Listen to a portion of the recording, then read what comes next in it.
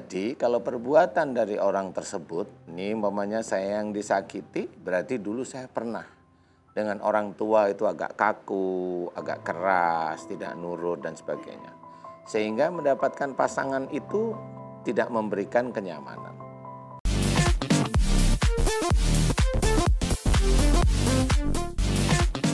Assalamualaikum warahmatullahi wabarakatuh. Waalaikumsalam warahmatullahi wabarakatuh. Alhamdulillahirrabbilalamin. Bagaimana kabar Anda pada pagi hari ini pemirsa? Tentunya kita semua berharap dalam keadaan sehat walafiat ya. Terutama buat Anda yang berada di bagian barat Jakarta dan sekitarnya. Setelah tadi melaksanakan sholat subuh, sekarang bersiap-siap untuk melakukan aktivitas ya. Semoga hari ini diberikan keberkahan dan kemudahan dalam setiap urusan kita. Amin ya rabbal alamin. Mari pertama-tama kita berikan puja dan puji kepada Allah Subhanahu wa taala. Tidak lupa kita berikan salawat dan salam kita kepada junjungan kita Nabi besar Muhammad sallallahu alaihi wasallam beserta keluarga, sahabat dan umatnya yang setia hingga akhir zaman. Alhamdulillah hari ini kita kembali bersilaturahim dalam program Siraman Kolbu, Sejukan Hati. Semoga apa yang kita dapatkan pada hari ini nanti bisa benar-benar menyejukkan hati kita ya, dan juga bisa menambah keimanan kita dan pemahaman kita dalam mendekatkan diri kepada Allah Subhanahu wa taala. Dan untuk tema kita seperti biasa pastinya juga dekat dengan keseharian kita ya, yaitu sakitnya hati saat tidak dihargai. Nah, loh. Sakitnya hati saat tidak dihargai. Ini biasanya berlaku umum nih. Kalau di rumah hubungan antara suami dan istri. Bisa jadi istri yang sudah menjaga anak, ngurus rumah tangga di rumah ya, suami pulang ngomel-ngomel sama istri, bisa jadi begitu. Atau kebalikannya, sisinya suaminya yang mungkin ngerasa sampai di rumah kok nggak dilayani sama istri dan anaknya. Bisa jadi ini hal-hal yang sepertinya kecil tapi jadinya besar karena ada kata-kata merasa tidak dihargai. Dan ini kalau dalam skop yang lebih kecil, rumah tangga bisa menyebabkan perceraian atau cekcok dalam rumah tangga. Baik, untuk membahas tema ini sudah hadir bersama kita guru-guru kita. Seperti biasa sudah ada Ustadz Danu. Assalamualaikum warahmatullahi wabarakatuh, Ustadz. Waalaikumsalam warahmatullahi wabarakatuh. Temanya ini nyerempet ke sana sini ya Ustadz ya. Bagus sih, Bagus tema ya? keluarga. Tema keluarga ya Ustadz ya. Itu sebenarnya malah sehari-hari. Sehari-hari ya? Iya, sehari-hari. Tapi jangan nyerempet ke saya lah, yang nyerempet ke tetangga nggak apa-apa. Oh, iya. Kita pengen ngomongnya ngarahnya ke sana. Kalau di kantor ini juga bisa kena. Artinya buat orang yang bekerja di kantor kok nggak dilihat kerja kerasnya sama atasannya dan lain. Tapi hari ini kita akan coba fokus ke keluarga dulu ya Ustadz. Silahkan untuk yang berikutnya ini sudah hadir guru kita belum Ustadz? Ustadz Munawir Ngacir. Assalamualaikum Ustadz. Sehat Ustadz. Alhamdulillah ya Allah. Ustadz, tema ini kan bahasannya kan cukup mengena ya. Ya. Kira saya yakin Ustadz juga sudah punya apa yang akan disampaikan sesuai dengan tuntunan Al-Quran. Fadhol Ustadz, silahkan. Terima kasih Bang David. Bismillah. Tawakkalna billah. Bismillah. Bismillah. Tawassalna billah. Bismillah. Tawakkaltu ala Allah. Bismillah. Bismillah. Bismillah. Assalamualaikum warahmatullahi wabarakatuh. Waalaikumsalam warahmatullahi wabarakatuh. Alhamdulillahillazi anzala sakinata fi qulubil mu'minin. Asyhadu an la ilaha illallah wahdahu la syarikalah. Wa asyhadu anna sayyidana wa habibana wa syafi'ina wa maulana Muhammadin. Wa ala alihi wa sahbihi ajma'in, amma ba'du. Para pemirsa, Siraman Kolbu dari Sabang sampai Merauke, dari Cilacap sampai Jakarta, yang insya Allah mudah-mudahan selalu mendapatkan keberkahan hidup dunia dan akhirat. Biar kita hidupnya makmur, biar selalu bersyukur, tentunya nggak cepat makan bubur, nggak cepat juga masuk kubur. Alhamdulillah. Salawat serta salam kita sampaikan ke hari junjungan kita baginda Nabi besar Muhammad sallallahu alaihi wasallam. Semoga para pemirsa dan juga yang ada di studio insya Allah selalu bareng-bareng mendapatkan syafaatul uzmah nanti yaumul akhirah. Tahadus binimah kepada para alim ulama yang sempurna hanya milik Allah Subhanahu wa taala, dan juga kepada guru kita Ustaz Danu dan juga Kang David yang ganteng-ganteng insya Allah. Pada kesempatan kali ini kita akan mengambil tema yang sungguh luar biasa, termasuk kita juga pernah ngena. Saya yaitu, enggak, Ustaz. Enggak. Ya Allah. Ustaz aja kali. Yaitu sakitnya hati saat tak dihargai. Masya Allah. Allah Subhanahu wa taala menjelaskan, Subhanalladzi khalaqal azwaja. Maha suci Allah yang telah ciptakan berpasang-pasangan, ada gendut, ada kisut. Betul ya, Bu? Iya, ya Allah. Ada kaya, ada kismin, ada sehat, ada sakit. Luar biasa. Ketika kita sudah bekerja dalam rumah tangga ini tidak dihargai, sakitnya tuh di sini pemirsa. Sakitnya tuh di sini pemirsa. Sakitnya tuh Masya Allah tuh.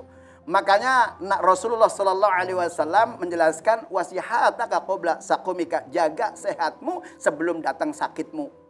Nih, ketika kita misalkan saya kasih gambaran tamsil, ketika seorang istri terus kemudian melayani itu nggak ada rasa terima kasihnya suaminya.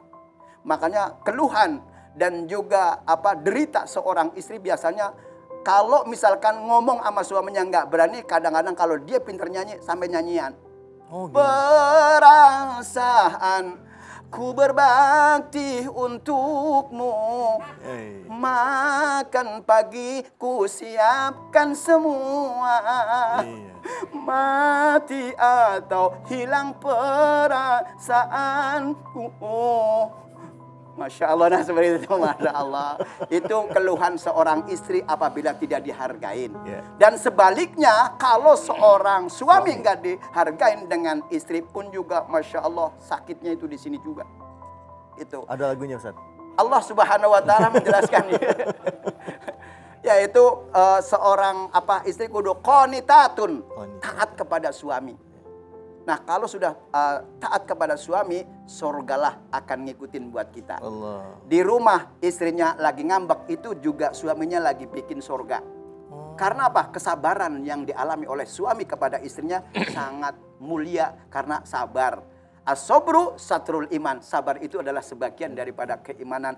Maka ketika Allah memberikan ujian kepada kita, yang lagi sakit hati, tentunya kita semuanya diberikan kesabaran. Itu sabar adalah as-sabru, sabar itu adalah jalan untuk mencari jalan keluar. Masya Allah. Makanya ketika kita ada seseorang yang disakitin, ketika kita merasakan juga insya Allah dalam rumah tangganya. Bagaimana caranya untuk rumah tangga yang biar saling jangan menyakiti? Tentunya pengertian 50-50. Insya Allah mudah-mudahan ini ada manfaat dan barokahnya. Dan juga kepada pemirsa, bagaimana caranya? Rasul mengajarkan ibda binafsi, mulai dari diri kita. Insya Allah selamat dunia, sa'idun fid dunia, wa sa'idun fil akhirah. Baju biru, baju merah, itu nama-nama warna pemirsa. Sekian, assalamualaikum warahmatullahi wabarakatuh. Waalaikumsalam. Kirain tadi yang kedua tentang suami mau bikin lagu juga. Buntutnya baju biru, baju merah. Masya Allah, tapi memang hikmahnya itu tadi ya, bahwa harus saling ada pengertian antara suami dan istri. Baik, kita akan dengarkan tausiah lanjutannya dari guru kita Ustaz Danu. Fadhol, Ustaz. Ya, terima kasih Mas David. Bismillahirrahmanirrahim. Assalamualaikum warahmatullahi wabarakatuh. Waalaikumsalam warahmatullahi wabarakatuh. Alhamdulillah, mudah-mudahan di pagi hari ini kita senantiasa diberikan kesehatan dan juga hidayah oleh Allah Ta'ala. Amin. Pemirsa yang dirahmati oleh Allah, tema kita bagus sekali, sakitnya hati saat tidak dihargai. Sebenarnya persoalan ujian demi ujian yang menerpa semua manusia, rata-rata itu diawali bisa dari perbuatan orang tersebut yang dahulu ataupun iman dari orang tersebut. Jadi kalau perbuatan dari orang tersebut, ini umpamanya saya yang disakiti, berarti dulu saya pernah dengan orang tua itu agak kaku, agak keras, tidak nurut dan sebagainya. Sehingga mendapatkan pasangan itu tidak memberikan kenyamanan. Ini kalau dari perbuatan. Nah, kalau dari iman bisa aja. Kalau dia mamanya berdoa sejak dulu, ya Allah besok kalau saya punya suami, saya mohon agar dijadikan istri yang solehah.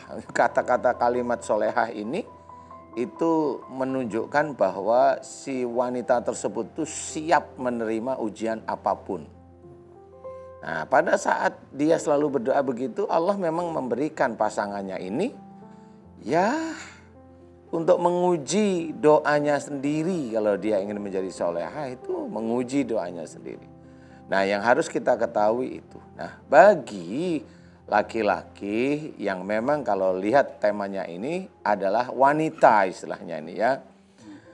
Ar-rijalu qawwamuna 'alan nisa. Laki-laki itu pemimpin dari wanita. Nah, kalau udah pemimpin di sini ada suami, ada istri. Suami dia memimpin keluarganya berarti ada unsur melindungi. Ada unsur mengamankan si pasangannya, mengamankan keluarganya. Kemudian juga dari sisi syariat, dari sisi agama, si suami itu memang dianjurkan untuk menjadikan dirinya soleh. Ya, kemudian baru mengajarkan pada istri, mengajarkan pada anak-anaknya. Ini tugas. Nah, si suami tidak boleh cuek terhadap istrinya. Bukan karena dia pemimpin, kemudian dia cuek. Maunya apa aja yang dia inginkan, dia berikan pada istrinya. Maksudnya dia pinginkan pada istrinya. Tapi suatu saat, kalau udah kepingin itu selesai, dia cuek aja. Nggak mau perhatian lagi dengan istrinya. Ini hidup yang seperti ini, itu hidup yang sia-sia besoknya di akhirat.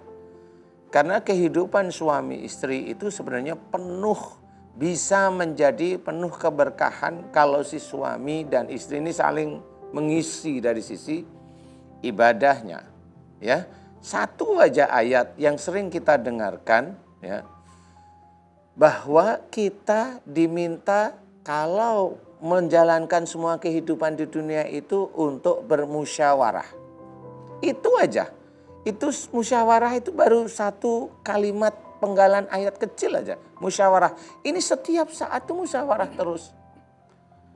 Musyawarah umpamanya itu si istri mau bantu suaminya yang jualan kelontong. Tanya beras 1 kilo itu ya setiap hari tanya sama suaminya. Itu saya banget Pak Kiai. Ya.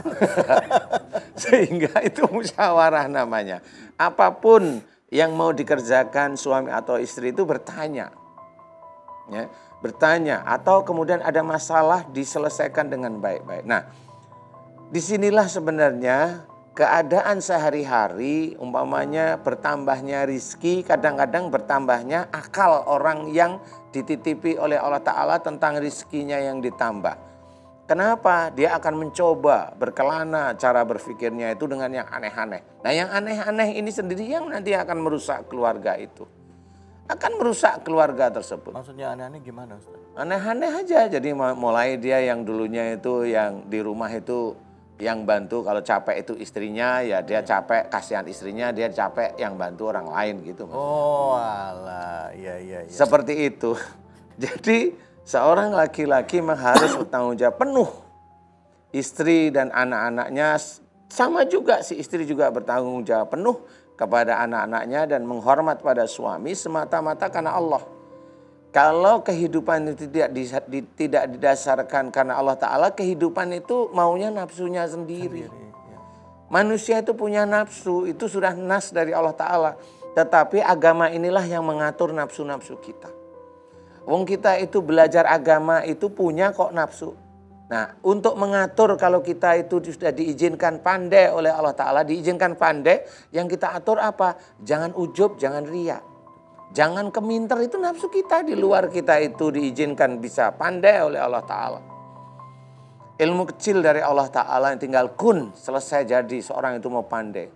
Tapi pada saat dia itu ujub riya, nggak ada dari Allah. Nggak ada, itu dari manusia sendiri. Keluarga bisa berantakan, dunia apalagi akhiratnya. Siapa yang akan bertanggung jawab? Bapak ibu di rumah berpikirlah. Karena apa? Karena yang namanya neraka itu betul-betul ada. Kalau Allah mengizinkan kita itu tahu bahwa musibah itu dari perbuatan tangan kita sendiri, fahamilah. Kalau kita banyak musibah, berarti kita banyak salah dan dosa. Kalau itu diteruskan, masuk neraka. Pasti. Kalau itu sudah pasti. Nggak ada kata tidak. Karena Allah sudah berfirman dan banyak sekali firman. Mudah-mudahan ini bisa menjadi manfaat bagi diri kita. Apakah kita sudah bertanggung jawab terhadap keluarga kita, atau keluarga kita itu maunya bikin bagaimana. Nafsu dunia itu jangan sampai mengalahkan iman kita sendiri. Itu tugas kita. Mudah-mudahan manfaat. Wallahu a'lam. Baik, alhamdulillah rabbil alamin. Saya jadi ingat satu doa yang biasa dipanjatkan gitu ya. Rabbana hablana min azwajina wa dzurriyyatina qurrata a'yun waj'alna lil muttaqina imam. Pada saat seorang berdoa, ya Allah jadikan istri dan anak-anakku sebagai qurrata a'yun, penentram jiwa. Bagi seorang suami ada kewajiban di belakang. Waj'alna lil muttaqina imaman. Jadikan aku imam yang baik. Jadi pantaskan diri imamnya ini untuk menjadi imam yang baik supaya bisa dapat istri dan anak-anak yang insya Allah menjadi qurrata a'yun ya gitu. Penentram jiwa, penentram mata ya Ustaz ya. Ya kadang-kadang kan namanya anak itu posisinya ada 4. Ya, pertama jadi qurrata a'yun, kedua jadi perhiasan, yang ketiga jadi fitnah, yang keempat jadi musuh buat kita. Oh iya. Nah ini yang penyebab kita kadang-kadang menjadikan sakit hati kalau anaknya susah diatur. Iya benar-benar. Mungkin kayak saya seperti dulu kan seperti susah diatur juga. Oh gitu. Saya nggak ngomong ya Ustadz, mohon maaf ya Ustadz. Maaf, ntar saya galil adab ini. Baik.